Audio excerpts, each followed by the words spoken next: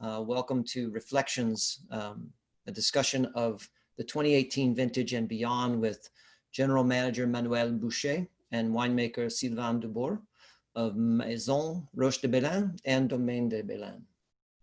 All right. Good morning, gentlemen.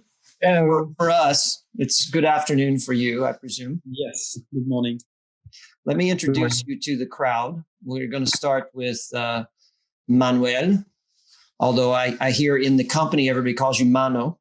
Yeah, it's my nickname because Manuel is not a proper French name. It's the ancient Portuguese for Manuel.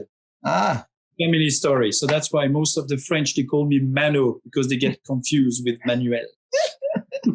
Well, you know, everything to add some interest. So Mano and Nicolas Potel became associated with each other in the wine business early in the 1990s because they were students together at Paris School of Business. After graduation, Mano had a short career in the bank business in Hong Kong, as well as then returning to Burgundy to work as the general manager for a local Cooper in the late 1990s. He traveled the world for 7 years, promoting the Burgundy barrel making style and tasting over 5,000 wines a year. I'm all in on that part, at least. And in 2006, he established his first wine business. In 2008, Mano and Nicolas joined forces and decided to create Maison, Roche de Bellene together. Welcome to the call. Thank you so much for joining us on this webinar and talking to our team. Thank you. Sylvain Dubourg is with us today as well. He is the winemaker for both properties. And he and Nicolas met for the first time in their studies in, my French is so bad, Lycée Viticole des Beaunes in 1991. And they've been friends ever since. They share a passion for similar things. In 1994, Sylvain joined the Laboratory of Grapevine Sciences at Jules Guillot Institute, a component of the University of Burgundy, where he was a lab technician and helped with research. And one of the things that intrigued him the most was the studies around the chemicals that are related to and then become resveratrol and its derivatives in wine, which we're going to talk about a little later because it's a big passion at the Domaine and the Maison. In 2007, Sylvain joined Domaine de Bellene, which Nicolas Potel had just created. And he went to work converting vines to organic farming and focusing on high quality winemaking. Welcome, Sylvain. So nice to chat with you. Thank you. All right. It's nice to have me. Yeah, it's great. It's great to be able to chat with. I mean, the interesting thing about what's happened in our world over the last, well, I guess it's now 6+ months, is that it's opened our eyes to options that we hadn't been exercising. Like, we're now going to be able to have a real conversation about real stuff without you getting on a plane. Nobody had to leave their business. The folks that are on the webinar with us can fit this right into the middle of their day, and they can be anywhere. And I'm actually I think this is even better. I do want to be in front of each of you face to face one of these days, because that cannot be substituted. But this is such a great option. So thank you again for the time. So Mano, I think it is difficult often in the marketplace for us on our side of the pond to understand when we say Domaine, when we say Maison, and it's got the same name at the end. And we have a couple of other producers that we work with at Winebow, that there is also this layering effect of the business model that in the mind of the person buying or selling sometimes gets muddled. So if you could help us understand the differences and how they relate to each other, that would be awesome. Okay, to answer this question, I think it's important to underline where the name Bellene comes from. Actually, Bellene was the ancient name of Beaune when the Celts were establishing their first community in this area. And Bellena was the name of the small stream, the clear water, the small river, which ran through Beaune at the moment. So when we started this new project, we decided to name Domaine de Bellene and Maison Roche de Bellene from this ancient name, because both of the projects are based in Beaune. And the ambition for us, for Nicolas and Sylvain, is to create a very, very much an iconic estate within this great appellation of Beaune, which lives pretty much in the shade of those big négociants like Jadot, Drouin, or Latour or Bichot, which have been doing a tremendous job over the area. So that's the origins of the name, and I think it's important for the understanding of our history and our proposition. The difference between Domaine and Maison is actually it's by regulation. A domain is an estate on your side, which means that you have access and you control the land you farm to get your grapes, to make your wines. And by regulation, under the French regulation, you can use the name Domaine. Maison is a pure négociant business economic model where you buy grapes, must, juice, wine from growers, from other farmers, from other growers, and then you make the wine or you mature the wine to bottle those appellations under your own brand. So that's the two big differences. The first model, the Domaine, when you start up something from scratch, is a very expensive model because you need to find a solution to secure, acquire, or contract the land to be able to build up your project. Mm-hmm. When you work as a négociant, it's another very expensive job, but then you have to contract the growers and you have to guarantee a great sustainable sourcing with families across the board. And Nico started his career after his family sold Domaine de la Pousse d'Or in Volnay in Nuit Saint-Georges with his first wine business called Nicolas Potel under his name, his eponymous brand.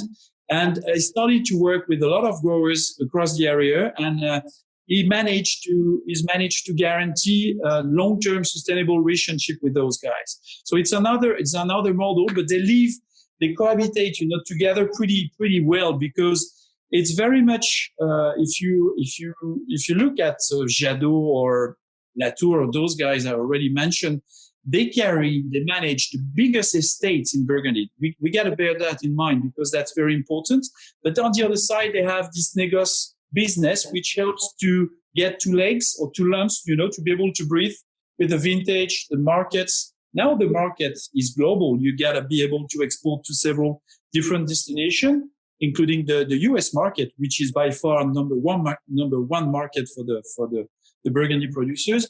But you also have to deal with several layers of distribution or consumptions, and being able to get those two models working together in a sustainable model is very convenient, and it's been proving that it's the right way forward. So just to give you a figure, when I started in this industry like 15 years ago, there were 300 négociants and 4,600 growers, individual growers. This figure today is like 1,600 négociants attached to a lot of estates and almost 4,000 estates. So you have some kind of consolidation movement.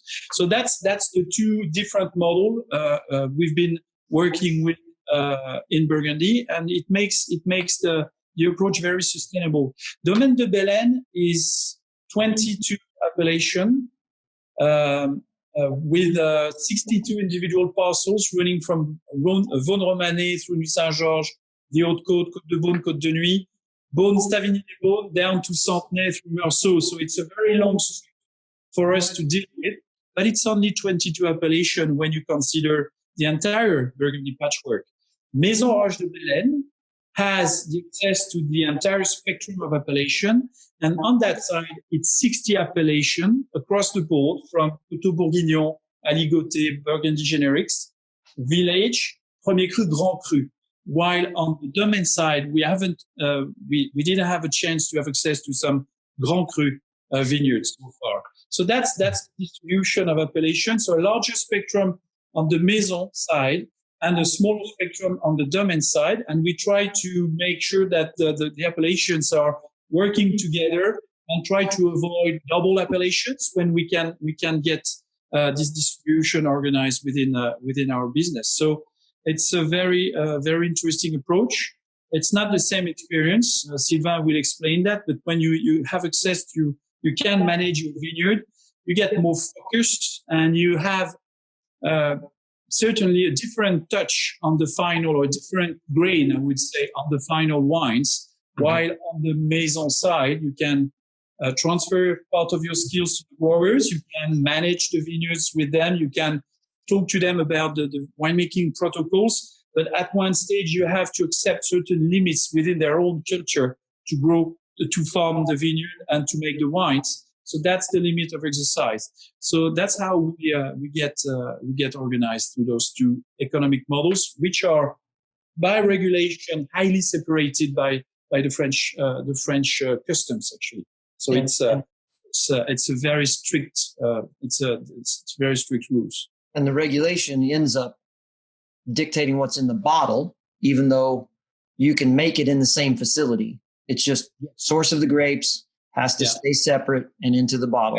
Exactly. I'm really latched on to that idea that we're going to talk about in a little while, about the strategy needed to successfully do this these days. When you brought up the idea that you've gone from, I think you said 200 Negos businesses to 1,600. That's and an increase in domains. Mm-hmm. So, and Burgundy is only this big. So there's a lot of pressure. All right, let's switch gears and talk a little bit of wine geek stuff with Sylvain. So Sylvain, you did do research, and one of the things that you came away with that you're applying here is this research into the chemicals that are related to and then become resveratrol, and this link to health benefit, etc. But talk us through the importance of resveratrol and its beginning chemicals, and why and how you deal with it to make sure your wines have a maximum amount. And by the way, folks, if you are listening now, you can, and you have a bottle, you can turn it around and the red wines will have a listing of the quantity of resveratrol on the back label. This is the only winery I've seen doing that. So Sylvain, take it away. Thank you. During my work at the university, we worked a lot on resveratrol, and we remarked that the resveratrol was very high sensitive to light. The property of resveratrol is to be an antioxidant. Mm-hmm. So this antioxidant is very important during the process of vinification, and also it's got a big property on human health. So what we decided in 2008, we started in 2008, is to do the vinification in the dark to protect this molecule from direct light and to preserve the best form of the resveratrol, the best antioxidant form. We start, I think, in 2010 to make some analyses to see if what we were doing in the dark is efficient or not. So that's why on the label you've got the amount of resveratrol and for the vintage. What we remark is not it never increased with the years. There is no relation between, for example, to be organic with the amount of resveratrol. It's really a vintage effect. Okay, if you've got a very beautiful vintage without pressure, you won't have some resveratrol into the wine. So if this is here, which is interesting to work in the dark, is that to preserve the minimum part of resveratrol that you can get in the juice already.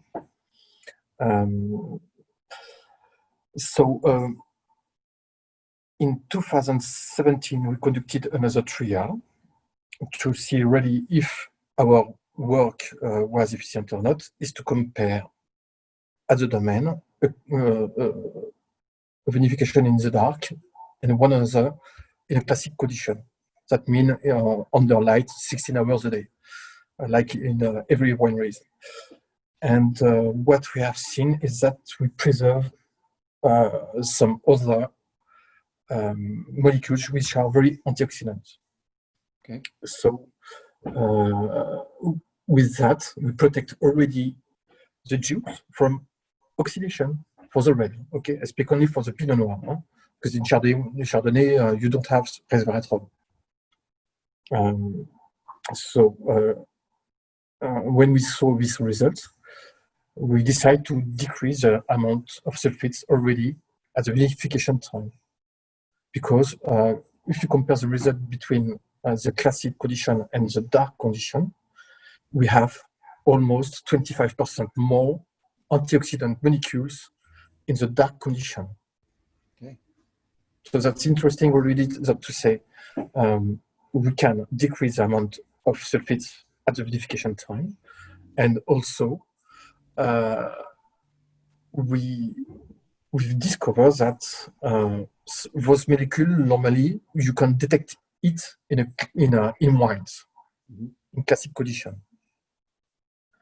So that's interesting because we think now that some molecules which doesn't belong to the resveratrol family, but it could be aromas, could be color, for example, could be tannins, could be very highly sensitive to light.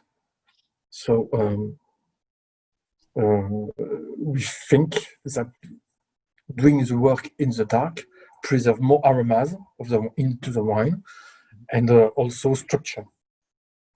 And when you taste the wine of Domaine de Bellene, you see that you have, for me, it's more chewy. You know, you've got more matter in mouth and some very powerful aromas. So I think that it comes good part from vinification in the dark. If I may add something, Ron, excuse me. And Nicolas Potel also thinks, and he really considers that as they have to work in the dark, they pay much more attention to what they do. He says, you know, in the past, they used to work in those conditions with little candles. So they work in the dark with headlights and things like that. But he says, then you have to pay much more attention to what you do because you don't have the same ambience, the same conditions. And he believes truly in his guts that it's also a very good way to make wine because it leads you to something more accurate and you pay much more attention with all your senses. So that's an interesting comment he has. Very interesting process, and it's very quiet, like in a church. Yes, there you go. No music. No, really, you can hear the fermentation in the winery. We have no music. You have nothing. Just the music of the fermentation. That's wow, all. That's really cool. Yeah, you're right. That's very cool. and you know, and I had a conversation recently with like Leclerc-Briand, Hervé Justin, who's like the world leader in biodynamic champagne production. And oftentimes I'm more intrigued by someone's methodology when I've tasted their results and I am enthralled with their results. So what was great is when Kelly was kind enough to make sure I had some of your wines to try. And I was indeed struck by the extract on the mouth. The feel of the wines was tremendous. And the aroma profile was, I don't want to say showy because it was really more like, well, there's Pinot Noir. That's what it's supposed to smell like. And there are a few producers and importers around the world that look for that kind of aroma profile in Pinot Noir. And that is my thing. I love aromatic Pinot Noir. And the reds that I was sent show that so beautifully, is that there really is a pop. And if you are correct, and this continues down, that by avoiding light, you're actually saving things that you didn't know you were losing. What a really wonderful side benefit to basically research that had nothing to do with those.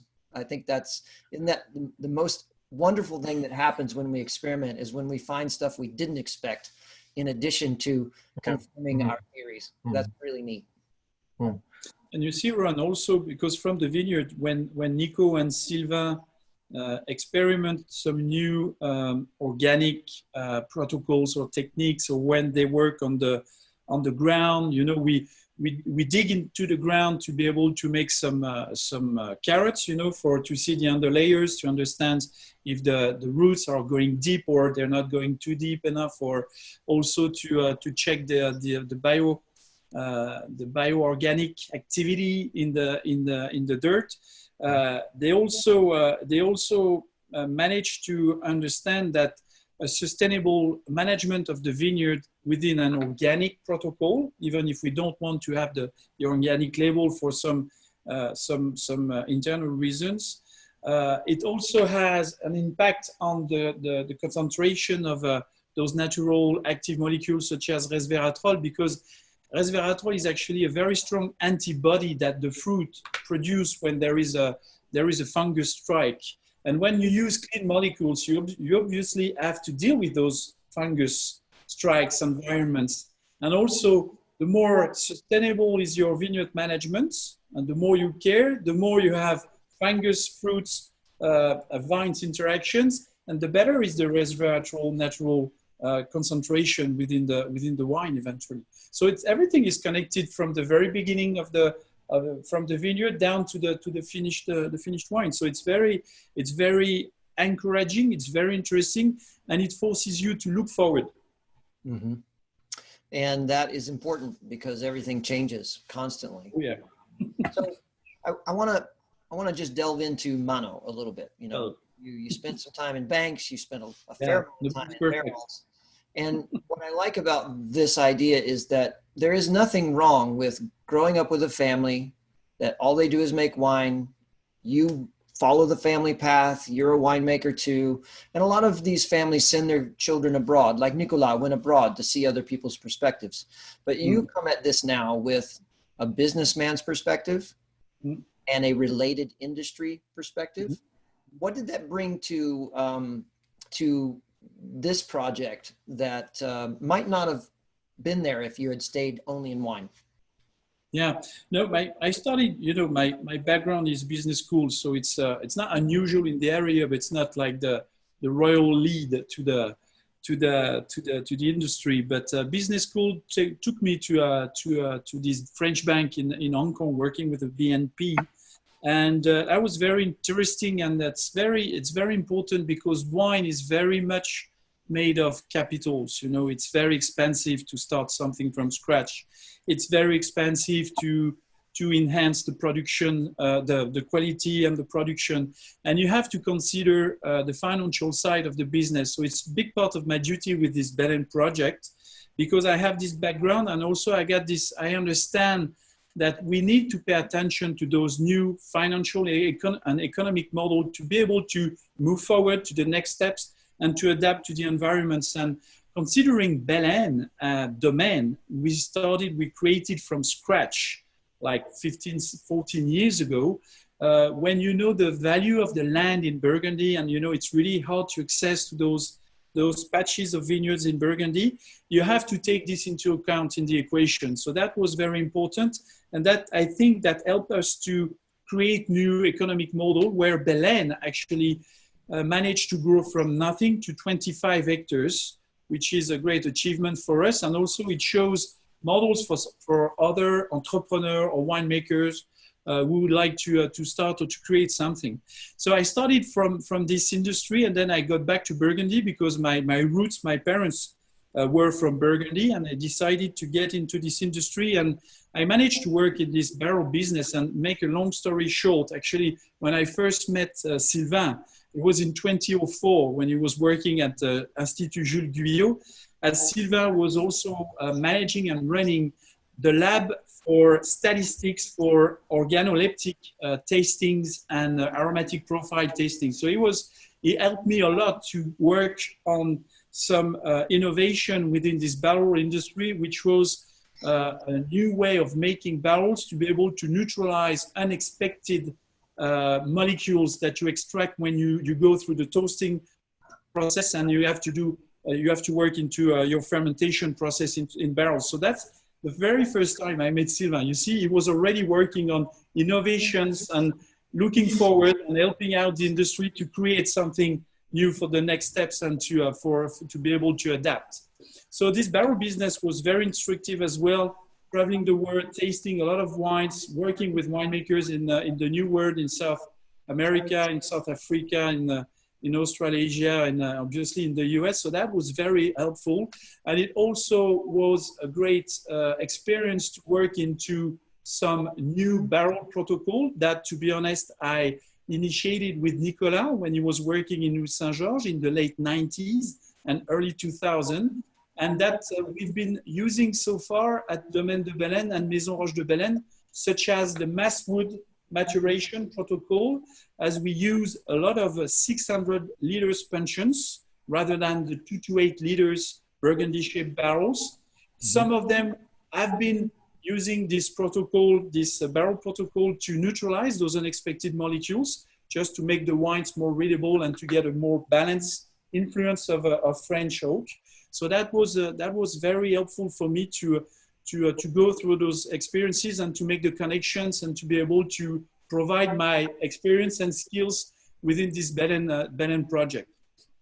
So that's how I got into it, actually. And those are pretty neat things to bring in that you might not have gotten otherwise. And most assuredly, as we're going to talk about strategy later, your financial experience is huge, because if anybody's done a little bit of research to find out the average cost of land and the lack of availability in Burgundy, you better have a pretty solid strategy and, well, some good backing, because it's an expensive game to play.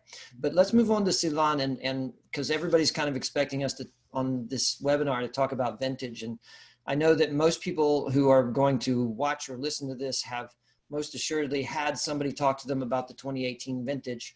But the really important thing is, personal experience cannot be outweighed, but someone who worked with the vintage, grew the grapes, fermented the wine, can give us a sort of start to finish appearance. So, when I was there in November to taste the 2018 vintage for the first time, there was sort of a spectrum of conversation I had about it. And it kind of ranged from, it was a perfect vintage to it was a warm vintage. And I think what they meant by that was that the heat rushed them. Like if they didn't have enough space, they found themselves trying to figure out where to put grapes that were ripe. Or they had to hold a vineyard for a week or two that they didn't want to because there was no place to ferment it or something like that. But how did you manage the 2018 vintage, and which version is it for you? Perfect, warm, in between? It's a perfect warm vintage. Perfect. Okay. Perfect warm vintage. I mean, it was warm, but it's for me, this vintage you can see it only once to every 20 years. It reminds me really the 1999 vintage. This one. The grapes were absolutely superb, with high maturity, high level of sugar, high level of aromas, high level of color. When you pour a glass of 18 red, the color is very beautiful, very dark. It's very brilliant. And also warm, it doesn't mean too much warm. That means we didn't have some heat wave, It was just perfect. We had some rain at a good time. The blooming was perfect. All crucial steps of the vines were made in very good conditions. So at the end, we had a very good crop with a very high maturity, a very high quality. Sanitary, that was perfect, really. That was a vintage of dream. That's really. It was easy. No, when you manage a vineyard, especially when you have plots everywhere on the both coasts of Côte d'Or, it's not easy because the climate could be different only with 10 kilometers, so sometimes 1 kilometer, So sometimes it's very hard to manage. But in 18, this was very easy. It's an easy vintage. Technically spoken, it's very easy. There's no disease. It's not very rain when we needed some rain. That was a perfect vintage, perfect and warm vintage. Okay. Well, as I tasted through, there were only a couple of wines that I was like, wow, that's more alcohol than, not in your wines, but as I was walking through Burgundy at large, there were a couple of wines where I was like, wow, that's more alcohol than I really want in Burgundy. But I can point to 25 people I know who are going to adore this wine because they drink a different style of wine than I do. So we have a high level of alcohol into our wines. Mainly the 18th makes around 14 degrees in alcohol. So they are high in level, but they are very concentrated. You have a lot of aromas, some very good thin tannins. When you've got a very good balance already at maturity, at the harvest time, even if your wine is at the 14 point of alcohol, you won't feel it because you've got some aromas, the structure to undermine the alcohol, you know. So for me, it's not well. I know that there are some lot of alcohol sometimes in the 18th, but for me at the Domaine de Bellene, you don't feel it, and perhaps it's because we are doing the vinification in the dark, because we keep some aroma, some structure, and they are fixed by the alcohol at the same time. So because alcohol it's not only something that you drink to be drunk, you know. The alcohol, the other property of the alcohol is to fix tannins, to fix the color. So that's very important. So that's why 18s are very concentrated, because a lot of color, a lot of aromas, and a little bit too much of alcohol. Yeah, but we don't feel it too much because it's very integrated. It's very well balanced.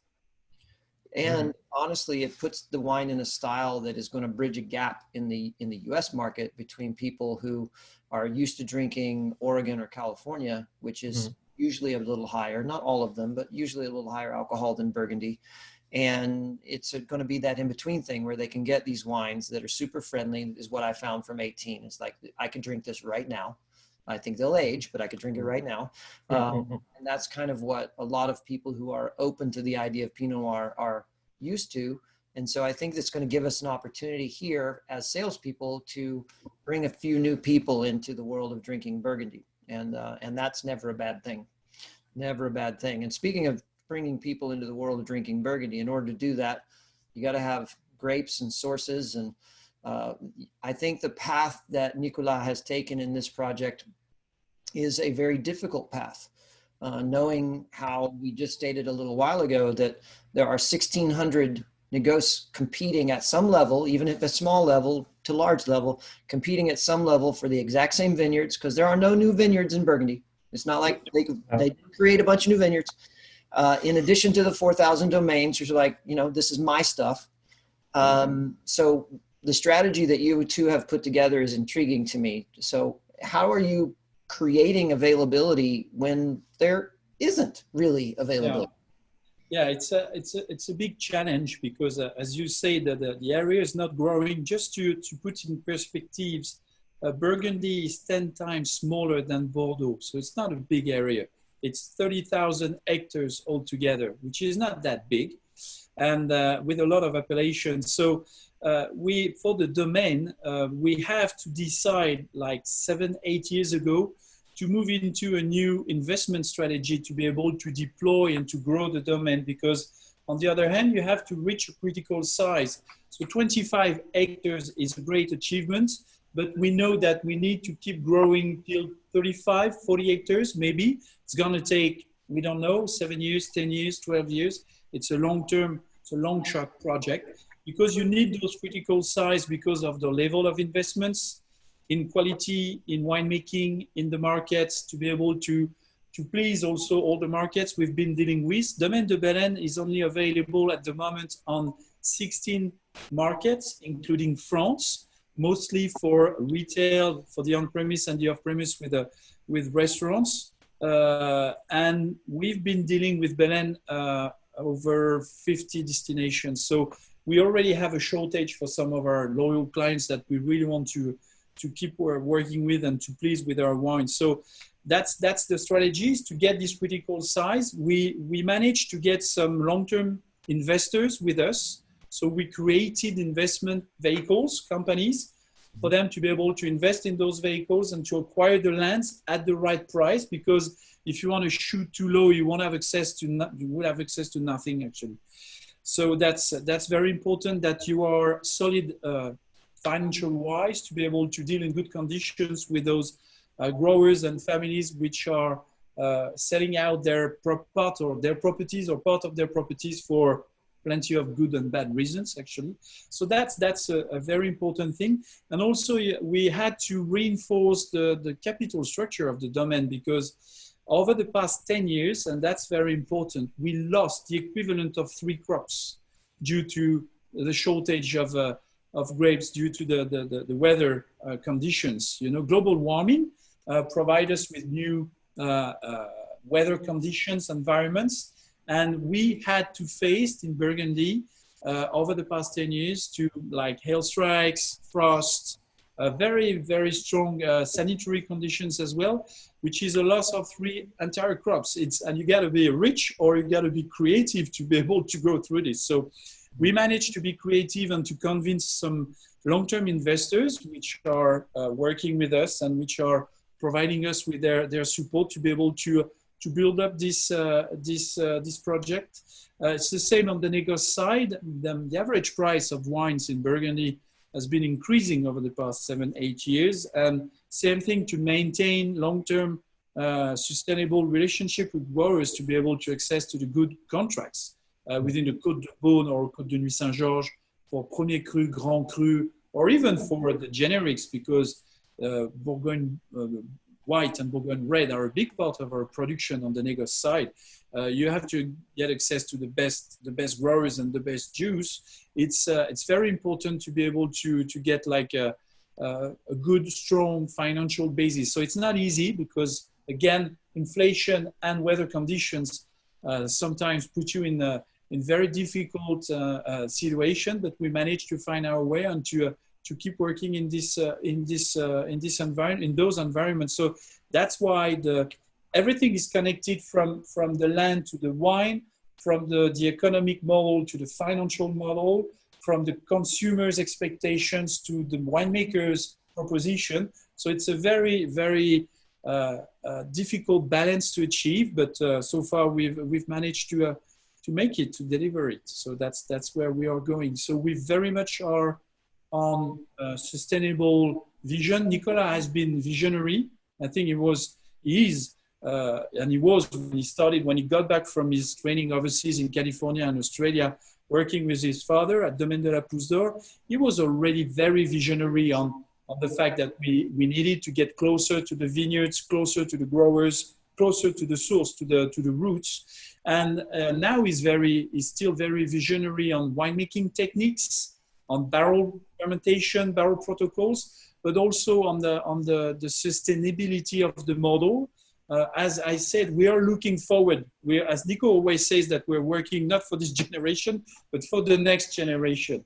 And he said, between brackets, and I take that under my cap, and he says, one generation before us was a little bit lazy, mainly on the vineyards and on the consumer's perspective. So that's something we try to rebuild and to not to create, but to recreate, to reinvent, just as a matter to adapt ourselves to those new constraints, expectations, the new consumers, the new markets, and certainly the COVID has been accelerating this situation. So that's why strategy and tactics have to be very important, and Nico is well aware of that. So he pays a lot of attention to those facts.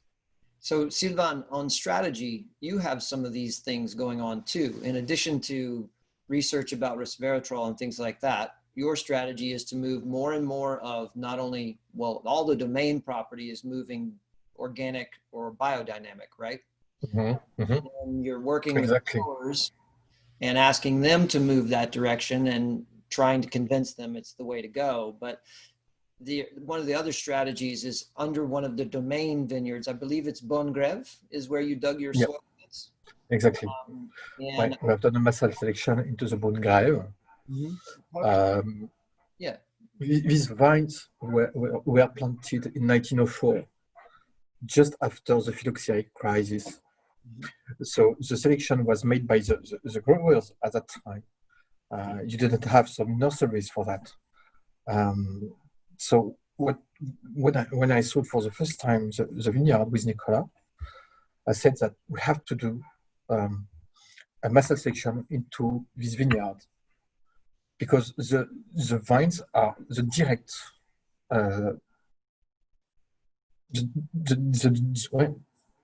I don't have the word, sorry about that. Manu, tu peux peut-être m'aider là-dessus. Tu sais, Yeah, en fait, the noble material pre-phylloxera, which is like nothing but crafted, or it's pure natural. It's front de pied, you know. Okay. Straight. So it came really from. It's really the original Pinot Noir just before just after the phylloxera crisis. So the genetic capital of these plants are very important, very precious. Now nurseries have done some billions and billions of multiplications. So all the material, the genetical material start to change. We have some difficulties now with the new plants in the vineyards. So with Nicolas, we started in 2008 a master selection into the vineyard to make our own selection. It takes time. We have, for the moment, around 200 plants. 200 plants. So we start the multiplication slowly, but it takes time because it's not because we make a selection of wood that the grape would be good after, you know. So we have to do some analysis on the grapes to see the amount of sugar, amount of color, and so on, acidity as well, and then we will start to make a big multiplication, but just for us, just for the Domaine de Bellene. And I think that in the next future, we'll do one in Nuit Saint-Georges, in La Charmotte, because we have a small plot of 10 Rs, which is very small. It should be 10 meters times 10 meters. And this area was planted in 1875. So it's very interesting to see how to manage to make a master selection, because I already have a look into the vineyard in looking for the symptoms of disease on woods, and you have a lot of symptoms. So perhaps the next step will be to make a work with a laboratory specialized into regeneration, the cells, in fact, you know, to grow the apex. Right, has to start to grow the apex, like that you don't have some viruses. So it could be interesting to do that in the future, but it takes time and money as well. So we will see. This is something that we have to discuss with Nicolas, of course, and Manu, of course. So let me summarize, making sure that if I understand, then hopefully they'll understand. Both of these processes are about massal selection, selecting the actual plant material, and that's very important. That's very important to have a lot of different materials into your vineyard. If you have only two clones, your neighbor could have the same clones. Okay, so and that means that all the wine will be exactly the same in a way. Right. So that's why we need some heterogeneity into the vineyards and start to recreate, to go back to the past. Right. To recreate and find some new old stock, if you want. Right, and the vineyard from 1875, the obstacle is not regenerating it, but regenerating it without disease, without inherent virus. Exactly. That's why you've got to go to a lab that specializes in genetics to pull the genetic material out and regenerate it that way. Exactly. Okay. Sounds complicated, at least. Very complicated.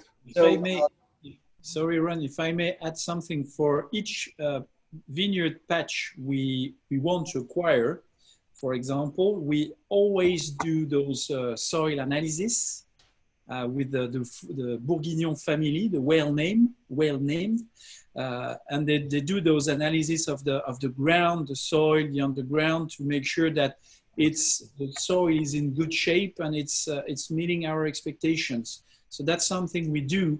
The other thing we've been starting to check is the fact that our wines are clean due to the vineyard management, the organic vineyard management and the sustainable approach we have.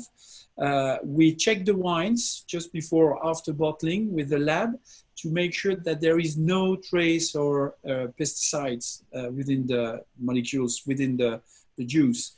Believe it or not, the only lab we found in France to meet this analysis level, which is backed up by your Luc 2 FDA, the new Luc 2 FDA spectrum of analysis, is a lab in Normandy, major in milk, because that's where they go really deep in the analysis. So that's how we check our wines and our juice.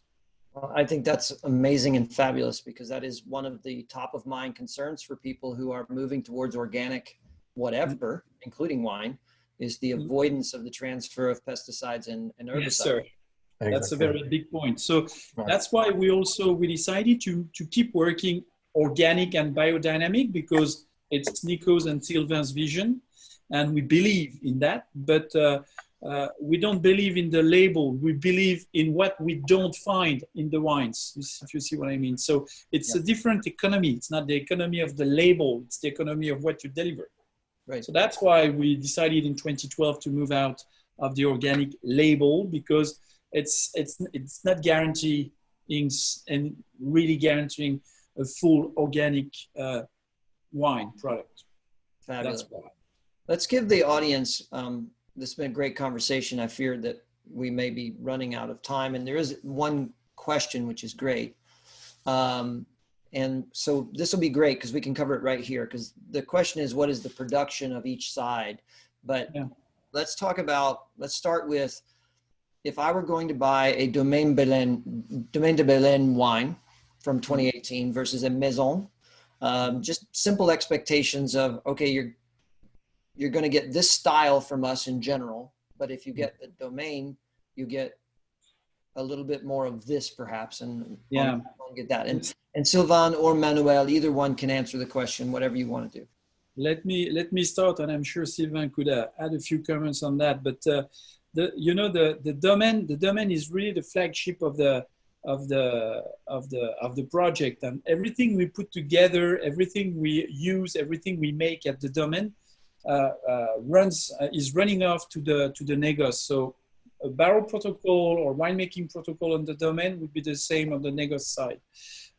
Our proposition is very clear. It's been always the same proposition from Nico's and Sylvain's point of view, is to be able to offer the most readable characters of each appellations, through the appellations, through the levels, to be very authentic, very honest, and very transparent in what should be a Pinot Noir from Burgundy or what should be a Pinot Noir from Chambolle-Musigny, for example. And that taking into account the vintage influence. So 2018 is a very unique, balanced, good, ripe, whatever vintage. The wines from the Domaine and the négoce, they have to show that through their own characters, own clima, origins of expressions. We like to think that the berries are like time capsules. There are some informations which are coded within those berries, those fruits. Their job, Nico's and Sylvain, is to organize the reading, the release of this information through the wine for the consumers, for the wine lovers to be able to have access to the information, the aromatic spectrum, the tannin structure, the information from the vintage, if it's an aged wine or if it's a new wine, if it has oak, if it has a lot of oak, if it has a lot of toasting. Obviously, we like balance. We're very much in the pursuit of balance to be able to offer this readable, absolute readable capacity of each appellation, each varietal, each origin. So that's the global proposition. The difference between the domain and the négoce is, as I said in introduction, in preamble, is the domain you'll have a different grain because we're more precise, we're deeper in the control of the material, of the fruits and the winemaking and the barrel protocol. While on the négoce,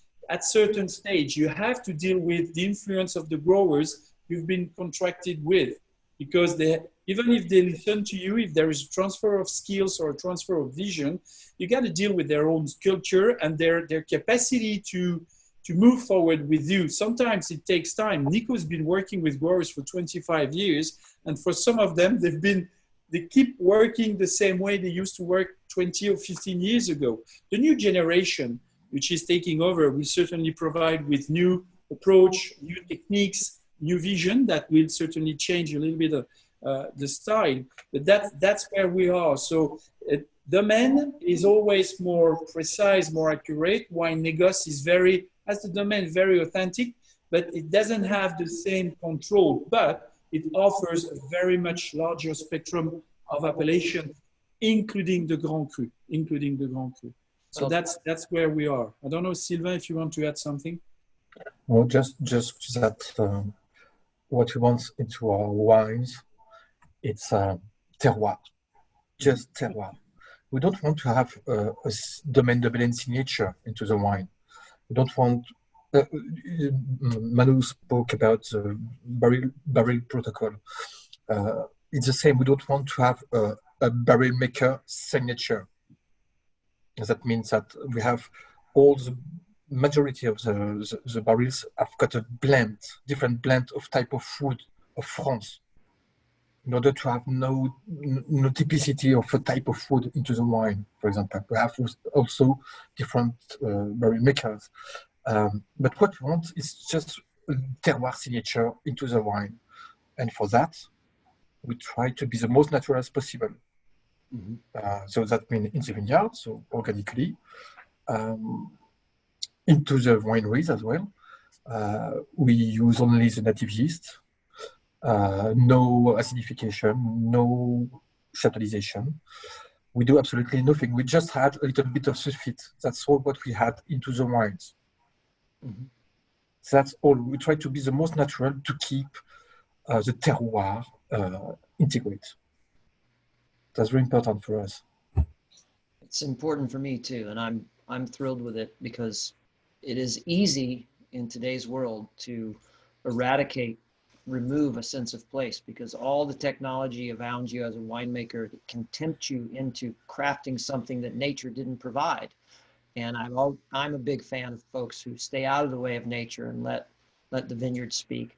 And I can definitely say from personal experience of tasting these wines recently that they express that sort of style, where it's really, here's Burgundy, not here's X barrel maker or this fermentation technique showing up or whatever, which is awesome. I tell you what, I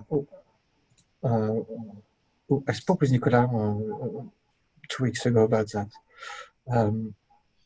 We are doing the totally opposite of what we learned at school.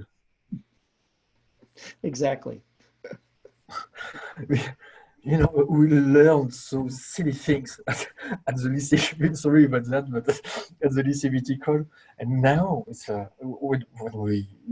when we see our work, that's the opposite of what we learned. Yes. So on the average, there was a question up that's disappeared, but there was a question of the average vine age across the domain. And then maybe it needs to be separated, domain versus Maison. And then the other question we didn't quite answer, and then we will see if there are any other questions. If I didn't mention this earlier, but please put any questions you want in the Q&A. But we're running close to time, so put those up there quickly. So overall production, Manuel, for the what? Yeah, I was answering this question because it's very interesting. So 25 hectares on the domain. We have replanting process under programs under process all the time. So production is roughly based on 23.5 hectares. That's 120,000 bottles roughly. Okay. That's the average production capacity. Just to give you a figure, in 2016, due to the bad crop and the weather conditions, the production dropped down to 60,000 bottles. So that was very painful. That's very painful. That's for the Domaine. The Maison makes the equivalent of 400,000 bottles. 250,000 bottles are burgundy, white, and red. 1/3 is white, 2/3 is red. So the Negos makes the equivalent of 150 hectares of vines. There was another interesting question about the age of the vineyards, of the vines. So it's from 20 years up to 100 years old. We need to find a balance within this the age of the vines. Working with old vines could be, it's fun, doesn't make the figures. So it's like in your life, you need a balance. You cannot eat too much or don't eat at all. You need to find a balance. For the vineyards, it's the same.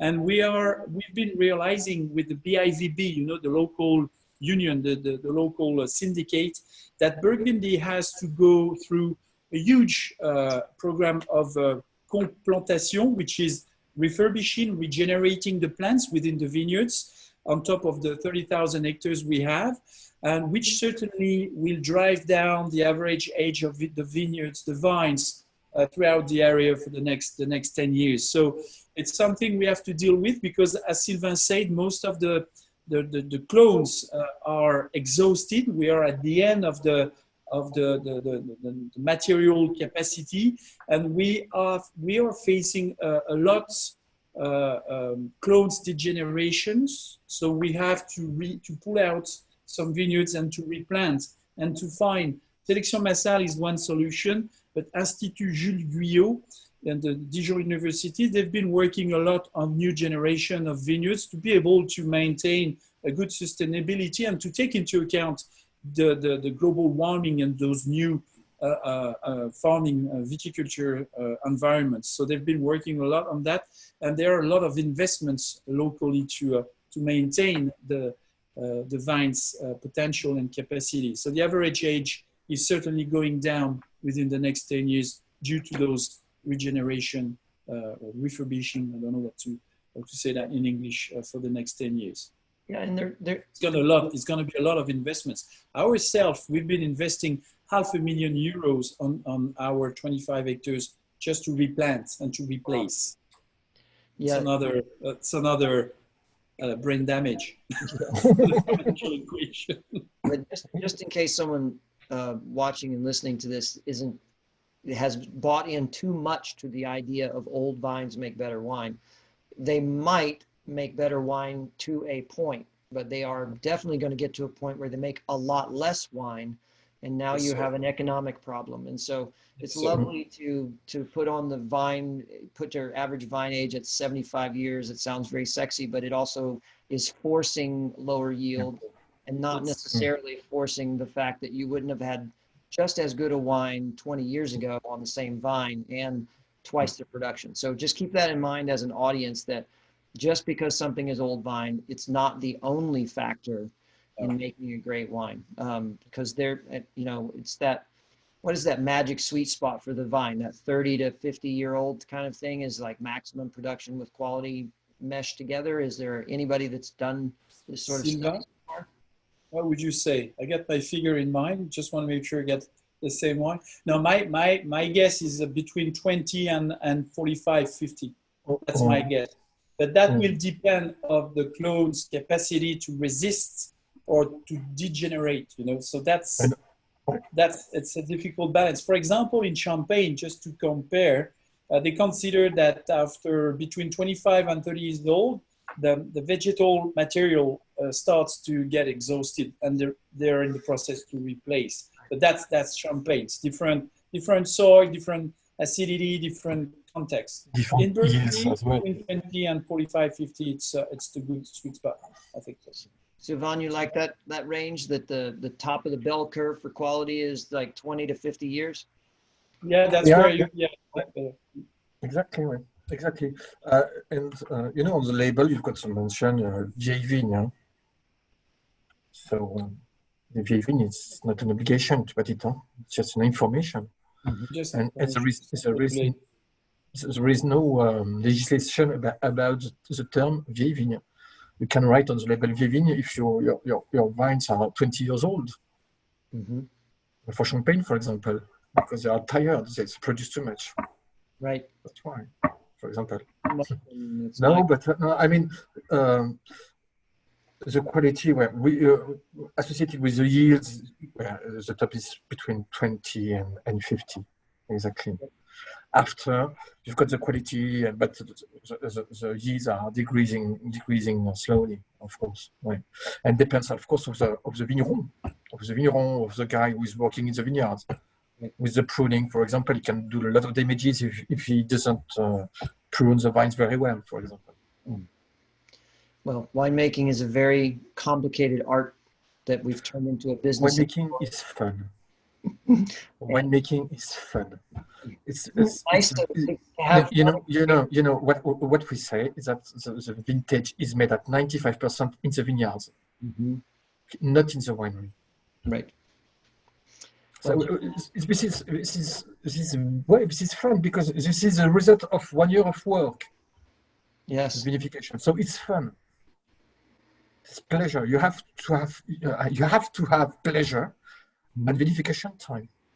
That means if you have difficulties, that means that you didn't work very well in the vineyards, because you will have some problem of fermentation and so on. But Manu, I stop. Yeah, it's a lot of passion, you see, Ron. No, I love it. I think that's when you start to look at it from, this is the culmination of a whole lot of hard labor. When you get it in, actually let the yeast do its work, that it should be pleasurable and fun. That's wonderful. I need to let the two of you get back to work in France, even though I'm pretending to be in Puy-Fouissé while you are in Beaune. I am not, and I need to let you get back to your day. It was such a pleasure to talk to you. I know this is going to be a great resource for our teams. And I wish you the best, and I look forward to being in front of you one of these days and shaking your hands and having I hope so. Yeah.